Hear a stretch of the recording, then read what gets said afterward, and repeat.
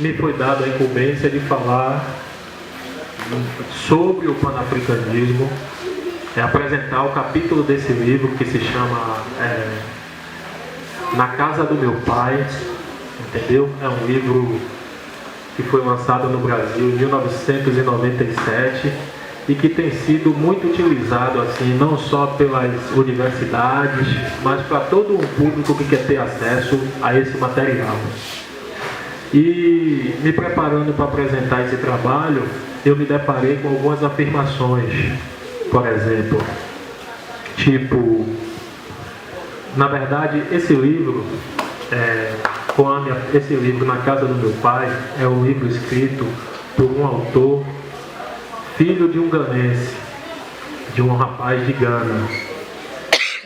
O autor, ele é Kwame Anthony Appiah. Kwame Anthony Appiah é filho de Joe Appiah. Joe Appiah, na verdade, ele foi o parceiro do indivíduo que foi responsável pela organização da independência de Gana. Então eles trabalharam juntos durante o processo da independência. E nesse livro, que é lançado aqui no Brasil, você encontra passagens do autor afirmando que o pai dele colocou ele em contato com a ideologia racista, né? E durante o processo tem outras afirmações que ele faz, inclusive eu fiz isso, eu publiquei um artigo em 2014, que saiu na revista Sankofa, que é um artigo que fala sobre isso. É o panafricanismo, tendências políticas, Nkrumah e a crítica ao livro Na Casa do Meu Pai. Então, nesse livro, ele faz várias afirmações, tipo, que o pai dele colocou ele em contato com as ideologias racistas, né? E que o racismo, na verdade, foi o grande norteador da ideologia panafricana. Então, o grande problema é que quando você se refere ao panafricanismo aqui no Brasil, em determinados ambientes, a primeira ideia que as pessoas têm é de que o panafricanismo é uma ideologia racista. Entendeu? Então isso é um problema muito sério.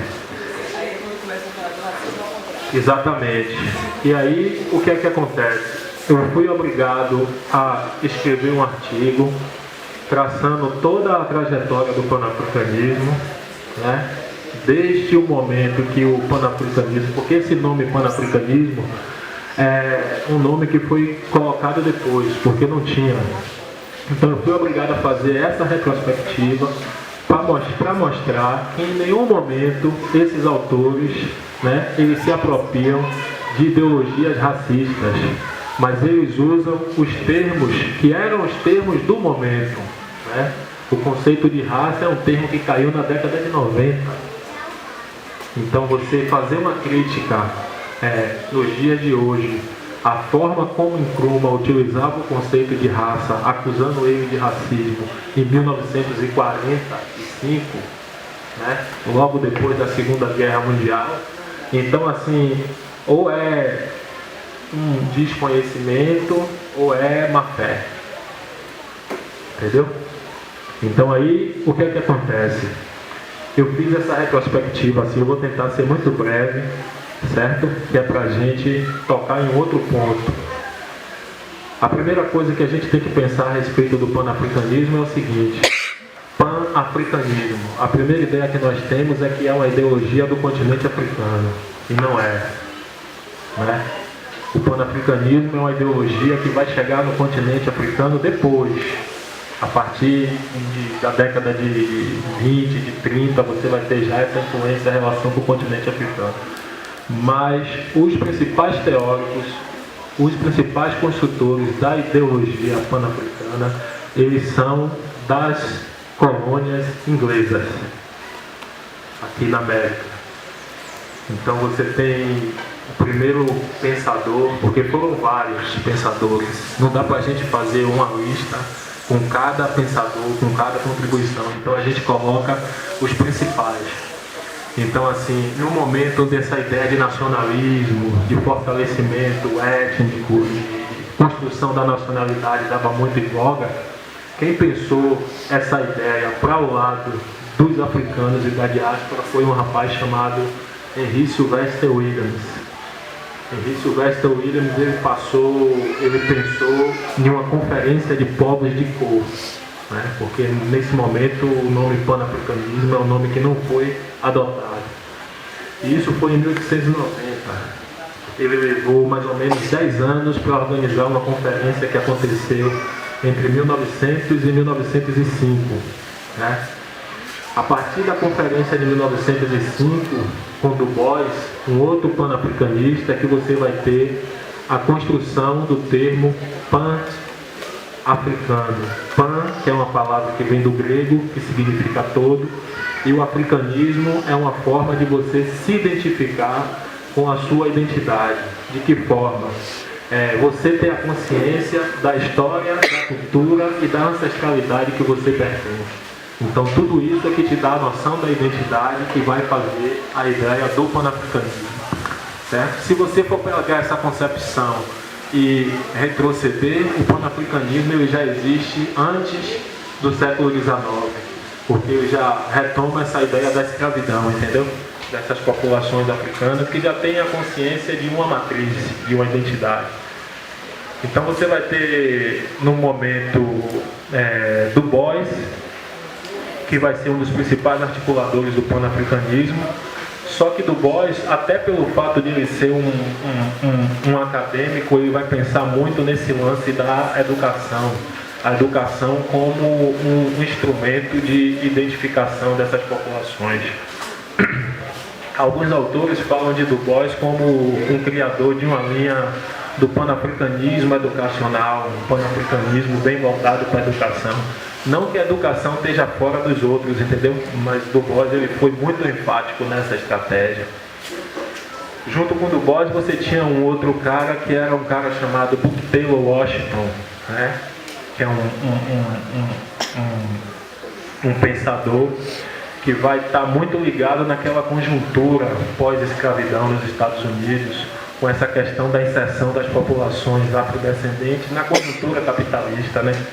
Então ele partia do pressuposto que a partir do momento que você prepara essas populações, né, que estão inseridas no mercado, que essa população tem um grande contingente, é uma forma também de você estar digamos assim, é uma forma também de você ter a sua autonomia política, entendeu? De você demarcar o seu espaço. Tanto que eu até te coloquei aqui rapidinho, ele se baseia assim em uma coisa muito interessante, que é a questão da responsabilidade social, da propriedade material e da educação industrial.